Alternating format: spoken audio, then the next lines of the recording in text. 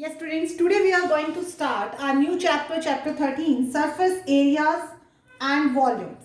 Here in this chapter, your first term topic has been deleted. We are having the three exercises. Today we are going to start with the first exercise, and it is completely based on the surface areas of a combination of solids. In the ninth standard, we have already studied about the surface areas and volumes, and we know each and every formula also. Maybe most of the students have forgot those formulas, so you need to learn those formulas. Surface areas and volumes, combination of solids. Combination means when we are having the different solids and we need to find their surface areas.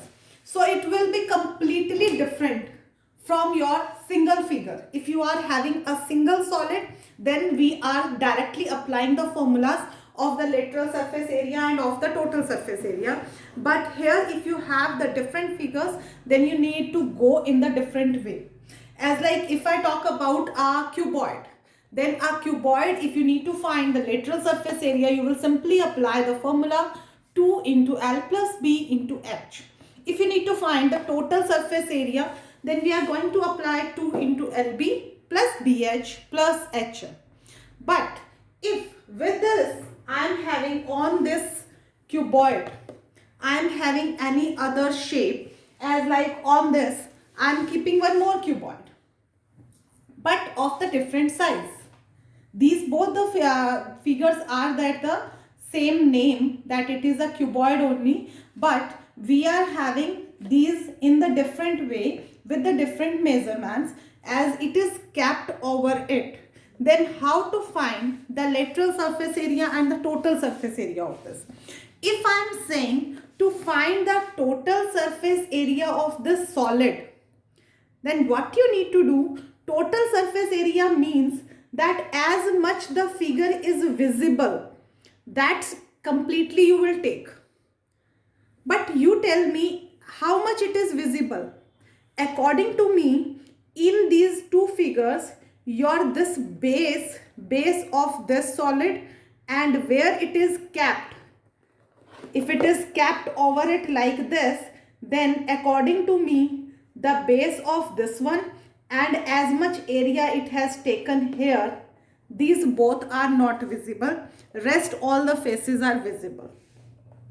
So I want to explain you a simple thing, that if you need to find the total surface area of the combination of two figures, then we will take the area of solids visible, whatever will be the visible, that all the areas we will take. Clear? Now let's come to your first example. First example is given to you. Rashid got a plain top as his birthday present. We are having a top. It is given to you like this top. You must have played, which we are using कि वो उसको ऐसे रखो and then just to only roll it and it will roll like this. Okay, that kind of a plain top lattu, which is called. It is written in the bracket also. So we are having these two shapes. Which two shapes are there? Here we have a cone and here we have a hemisphere. Clear?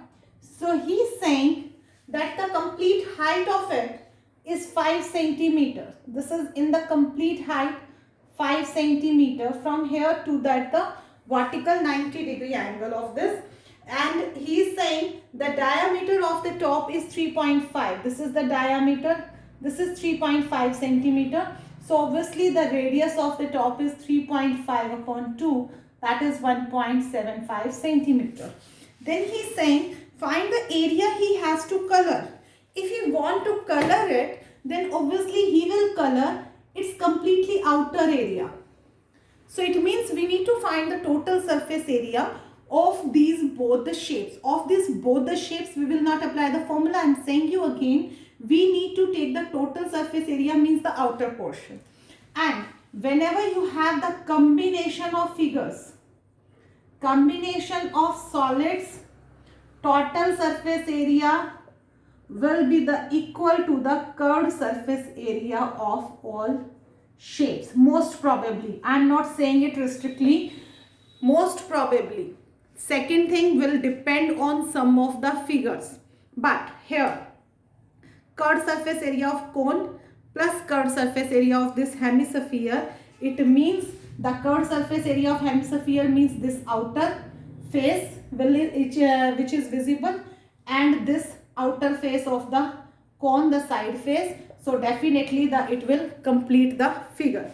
This only you need to apply in this example 1. And the second thing, the hemisphere's radius is only the height of the hemisphere.